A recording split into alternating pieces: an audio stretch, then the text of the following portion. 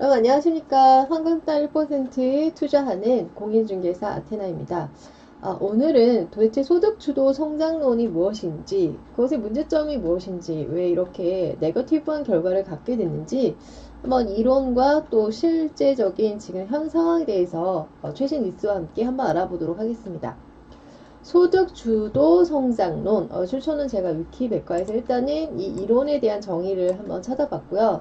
소득주도 성장론에서 영어로는 income-led growth에서 수입이 이끄는 성장 이렇게 되어 있는데 문재인 정부의 경제 정책 중에 하나예요. 그래서 가계의 임금과 소득을 늘리면 소비가 늘어나서, 그러니까 예를 들어서 이제 제가 수입이 많이 늘었어요. 회사원인데 수입이 많이 늘으면 제가 많이 쓰겠죠. 그래서 소비가 촉진되면 제가 돈을 많이 쓰니까 시중에 캐시플로우, 현금 흐름이 늘어나니까 경제 성장이 이루어진다. 어떻게 보면 굉장히 간단한 이론이에요. 그래서 포스트 케이니언즈 얘네 경제학들이 주장한 임금, 그러니까 월급이죠. 월급이 늘면 소비가 늘어서 경제가 성장한다.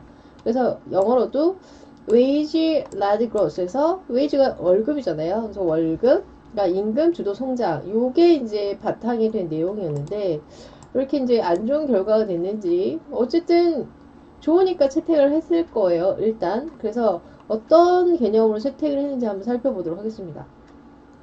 일단 이제 우리 대한민국은 이제 투자와 수출 어떤 신흥 국가잖아요. 그래서 수출 export oriented country에서 수출로 해서 지금 내내 이제 저희가 살아왔는데 그래서 이제 제가 이제 국제경영을 이제 석사과정을 전공을 했었는데 요 글도 이제 많이 제가 원서에서 봤어요. 그래서 Miracle of Han River, 그래서 뭐 한강의 기적이다. 그래서 이제 뭐 아프리카 쪽에서도 뭐 이 방문을 해서 정말 어떻게 기적적으로 이렇게 단기간에 성장을 했는지 수출 쪽에 이제 저희가 포커스를 둔 거였죠. 그래서 근데 이걸로 이제 경제가 발전을 했는데 상황 우리 둘러싼 상황은 많이 바뀌잖아요. 그래서 세계적인 경제 침체, 내 불균형으로 수출 주도 성장이 이제 한계가 된다. 그래서 요런 원래는 이제 수출 주도였는데 지금 세계 경제가 어렵다 보니까 좀 바꿔야 된다. 그래서 임금 주도 성장론이 나타난 것 같아요. 그러면 배경을 한번 살펴보도록 하겠습니다. 세계적으로는 뭐 미국발 금융 위기. 근데 솔직히 미국 자체는 굉장히 호황이에요. 도널드 트럼프 대통령이 그 사업가 마인드죠. 부동산 재벌이었잖아요. 그래서 도덕성은 어떤지 몰라도 사업가적인 마인드로 경제는 굉장히 잘하는 것 같아요. 그래서 어쨌든 미국에서 촉진된 미국이 이제 경제 호황되면서 이제 주변들이 조금 어려지기 시작했는데 그 자세한 상황은 다음번에 제가 기회 되면 올리도록 하겠습니다. 그래서 정부 개입을 최소화하고 규제를 완화하고 자유무역, 민간 주도 이런 것들이 내내 이제 기본적으로 이제 이끌어져 온 것이었는데 이거에 대한 이제 비판이 나온 거예요.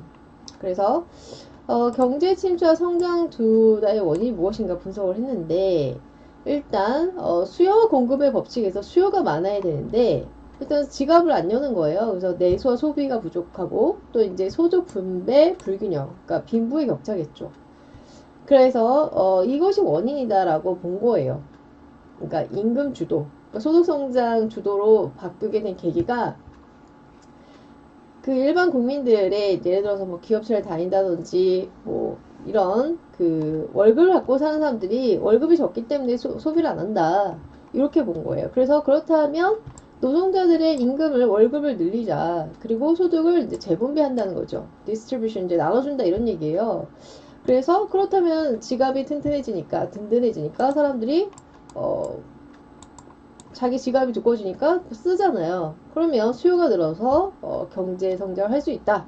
이것이 바로 소득 주도 성장론이에요. 굉장히 간단한 이론인 것 같죠. 그래서 이제 뭐 개념은 좋았던 것 같아요. 노동자들의 임금을 늘리고 그래서 최저임금이 이제 올라갔죠. 그다음 소득을 분배. 그래서 뭐 가진 자들 것을 좀 나눠서 좀 그 소외계층들에게 이게 분배해서 이 개념 자체는 좋은데 살짝 사회주의적 그런 그 느낌이 나죠.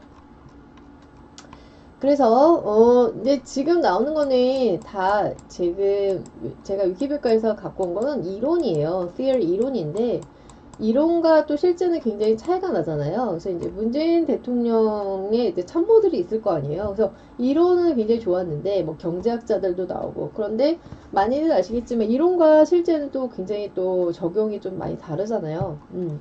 그래서 어쨌든 뭐 기본 개념은 좋았어요. 소득 주도 성장론자들은 낙수 효과가 실패했다. 이게 무슨 얘기냐? 낙수 효과는 도대체 무엇이냐? 경제 용어인데 좀 알아두시면 좋을 것 같아요. 가진 자들이 수입이 많이 늘면, 가진 자들이 돈을 많이 쓰면 경제가 성장해서 그 효과가 저소득층에게도 돌아간다. 이게 낙수 효과예요. 근데 이것은 이제 어떤 결과를 갖고 왔냐? 소득이 이제 양극화되면서 빈부격차가 심해지면서 중산층이 없어졌다. 이렇게 본 거예요. 그래서 요거는 이제 더 이상 효용이 없다. 그래서 요거가 효용이 없으니까 요걸로 우리가 채택을 해야 된다가 이제 소득 주도 성장의 기반이에요. 요게. 그러면 분수 효과는 뭐냐? 부유층 가진 자에 대한 세금을 늘리는 거예요. 세금 많이 걷겠다. 그래서 요거를 이제 저소득층을 위해서 뭐 복지 개념으로 분수 효과. 그래서 이제 뭐 굉장히 뭐 이렇게 돈으로서 저소득층을 많이 도와주겠다. 이런 기사들이 최근에 굉장히 많이 나오고 있죠. 이렇게 했는데 뭐든지 이제 이론이 탄탄하려면 어떤 전문가의 이론도 있겠고 뭐 받쳐주는 여러 가지 그 학자들이 있겠죠. 그래서 이 로버트라는 이제 교수가 소득 분배가 장기적으로는 경제 성장에 기여한다. 그래서 이제 우리나라는 이제 기업이 솔직히 많이 이끌어왔잖아요. 경제 성장을. 대표적으로 삼성인데 이거가 아니라 노동자 임금을 올리자. 그러면 경제 성장이 된다. 근데 소득 분배라는 이 개념은 어디서 저희가 많이 들어본 것 같지 않아요? 커뮤니즘 공산주의라고 그러죠. 좀 지나친 감도 있긴 한데 솔직히 살짝 그런 느낌이 들어요.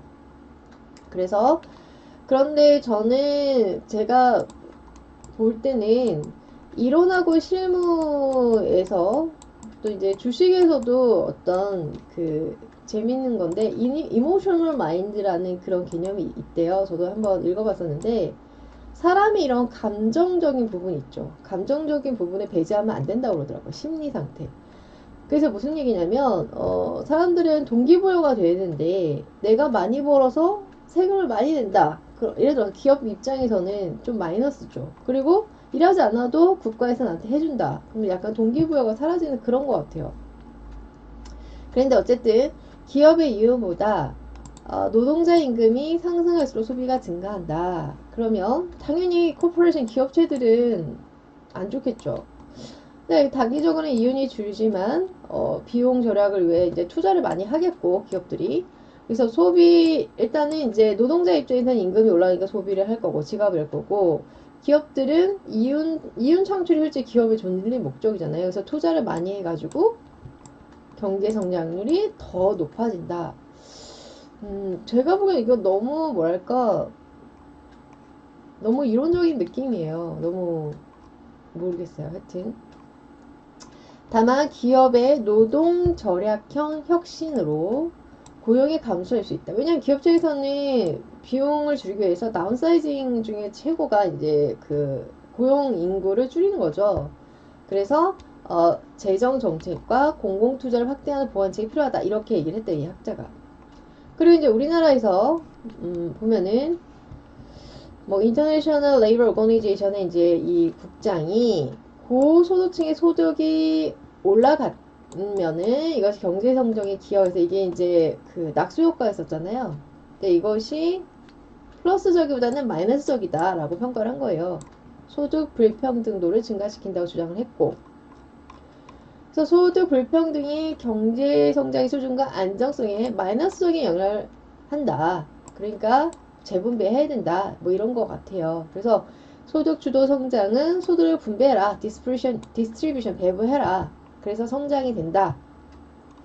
그런데 이거를 2001년도 18년 전이네요. 뭐 경제학자가 콜롬비아대 교수인데 이 조지푸는 분이 이제 낙수 효과가 이제 가진 자가 돈을 많이 쓰면 그거에 대해서 경제가 활기가 차면서 저소득층에도 효과를 내주고 기업 그러니까 corporation oriented, 그러니까 기업이 주도적인 성장을 우리 대한민국 많이 했잖아요. 그래서 요걸 봤는데 이게 아니라 이제는 중산층을 키워서 분수 효과로 경제 살리겠다는 한국 정부 기본 철학이 옳다라고 지지를 해준 거예요, 문재인 정부를. 그래서 대안으로 공정과세. 그래서 뭐 주택 규제도 엄청 심해졌죠. 그래서 다가구 주택을 가진 사람들, 뭐 임대사업자로 뭐 여러 가지 세법도 굉장히 많이 바뀌었잖아요. 그리고 최저임금이 또 올라갔고, 그래서 뭐 편의점이 완전 지금 문을 많이 닫은 데가 많죠. 그다음에 뭐 공공 일자리를 확대하고, 공교육 강화하고, 독점 자본 규제하고, 비정규직 노조 확대를 제시를 했는데 참 좋습니다. 하지만 결과는 좀 많이 지금 참담하죠.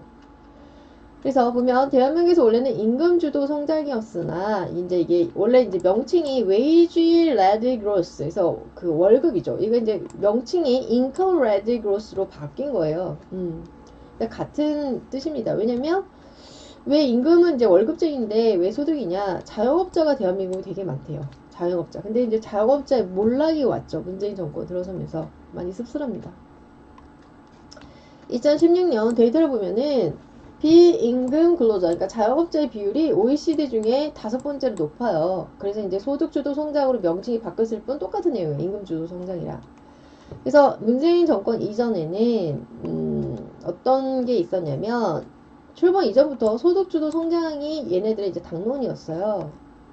그래서 홍장표 전 청와대 경제수석 비서관이 부경대학교 교수를 맡을 당시 이걸 관련된 논문을 계속 썼나봐요. 그러면서 뭐냐면 그러니까 소득주도 성장이 좋다는 얘기를 썼겠죠. 소득분배 개선이 소비를 증가해서 기업이 투자를 또 촉진하고 하면 자본 친화적인 분배 정책, 이게 이제 뭐 빈부의 격차가 심화돼서 뭐 중산층이 없다, 요거에 대한 비판으로 이제 요거를 선택을 한 거죠. 요거를.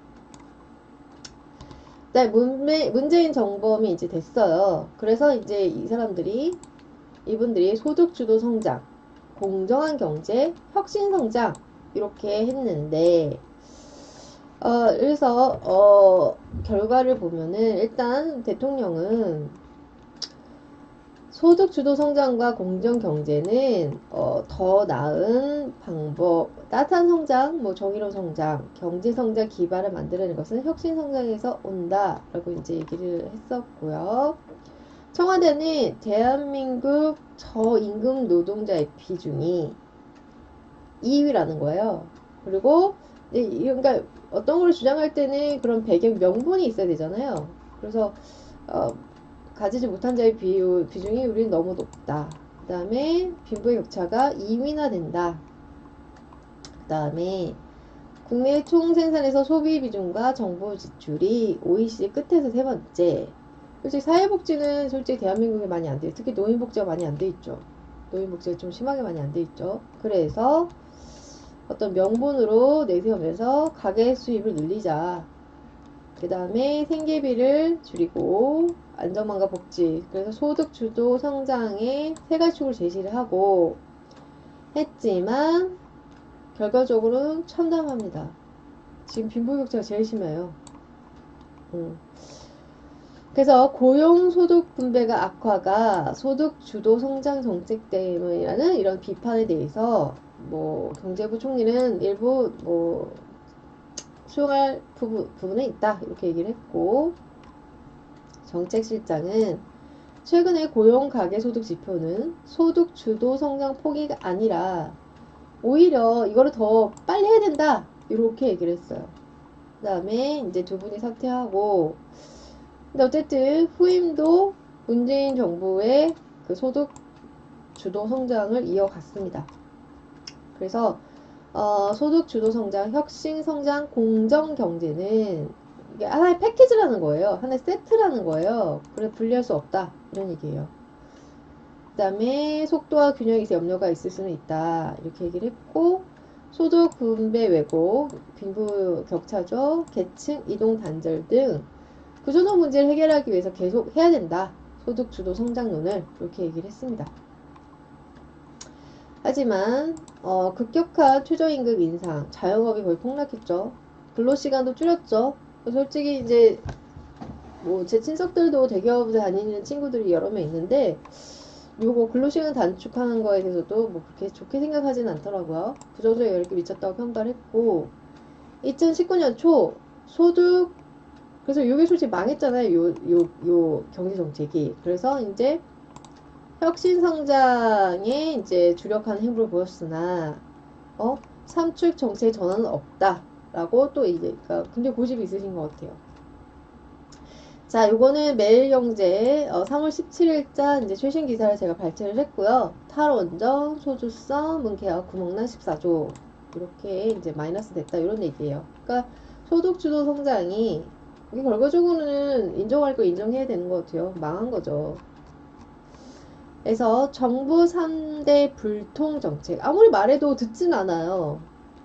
그래서 고용기금, 건강보험 그래서 7조 원을 벌던 이제 한전도 이제 적자가 됐고 기금과 공기업 재정도 이제 빨간불이 들어온 거죠.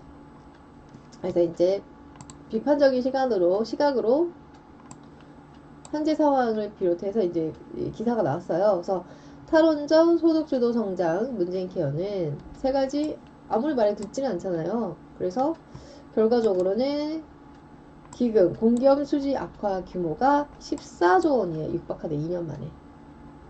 그리고 이제 이 탈원전이 에너지 정책을 꼬이게 했고 소득주도 성장이 오히려 일자리가 줄어들었고 문케어가 건강보호 재정 악화의 주범이 돼버렸고 그래서 정부의 재정 악화가 갈수록 심화될 거라는 비판이 나왔고요. 17일 보건복지부, 고용노동부, 상업통상자원부는 정부가 추진 중인 3대 정책으로 인해 최근 2년간 고용보험기금과 건강보험 재정, 한국전력을 통해 악화된 수지가 14조 원이래요. 13조 7,484억 원. 그 다음에 정부의 소득주도 성장에 이것이 이제 뭐였냐면 아까도 말씀드렸지만 최저임금 인상 그래서 뭐 거의 편의점 문 닫는 데 되게 많죠. 그 다음에 24시 안 하는 데도 많고 일본이랑 정반대인 것 같아요.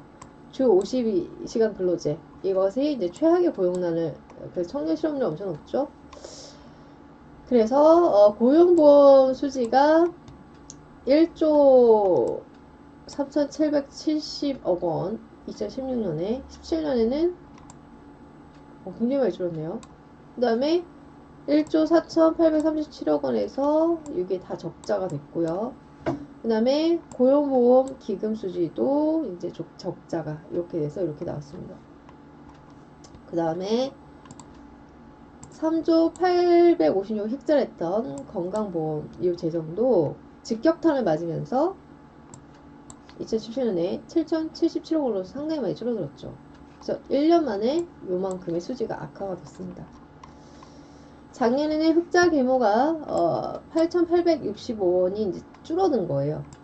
감소해서 7년 만에 처음으로 188억의 적자 마이너스를 기록했고요. 2년간 줄어든 건강보험 재정 수지는 3조 원이 넘습니다. 다 마이너스예요. 마이너스. 최근 2년간 문재인 정권이래. 그 다음에 정부의 탈원전 정책으로 대표적인 에너지 공기업인 한국전력의 순이익 규모가 8조 원 이상 줄었어요. 다 적자예요 지금. 다 적자. 다 적자입니다. 그래서 문재인 정부가 들어서기 전만 해도 수천억 원에서 조원 단위 수익을 내던 알짜 이 공기업들이 다 이제 적자를 낸 거죠. 일단 탄탄한 고용기금과 건보 재정은 이제 고과를 걱정해야 할 판이고 멀쩡한 공기업이 다 적자기로 전락을 했고요. 고용사회 나아질 가능성은 이제 적죠. 그래서 지금 이거에 대해서는 어떤 솔루션이 필요한 때입니다. 정말. 그래서 고용부는 또 이제 뉴스를 보면 진짜 선심성 정책이 되게 많죠. 뭐 얼마를 주겠다, 뭐 청년들 실업 문제 때문에 면접을 보고 오면 5만 원을 주겠다, 뭐 50만 원을 주겠다. 일자리 창출에 별 효과가 없는 그냥 퍼주기만을 하고 있기 때문에 도대체 어떤 생각으로 하고 계신지 잘 모르겠습니다. 그래서 정말 뭐 심각한 상태인데도 절대 듣진 않죠. 근데 저는 인간관계와 모든 뭐 정부나 민간이나 기업과 기업과 정부든 저는 소통이 정말 중요하다고 생각하거든요. 그래서 제가 뭐 부동산 쪽을 하고 있지만 모든 게 연결이 되어 있기 때문에 그 다음에 이제 가진 자들 거를 이제 가져다가 재분배를 해야 된다. 그래서 주택 규제가 이제 부동산에 엄청났죠. 세금 규제도 엄청나고. 그래서 뭐 갭 투자로 재미를 보시는 분도 지금 완전 너무 힘든 상황이죠. 그래서 이제 토지 쪽이 그나마 상대적으로 이제 가치가 있다. 해서 이제 이쪽으로 들어가고 있는데 어쨌든 모든 것을 좀 알 필요는 있어서 제가 오늘 준비를 했습니다. 좀 더 알차고 좋은 소식 가지고 또 인사드리겠습니다. 감사합니다.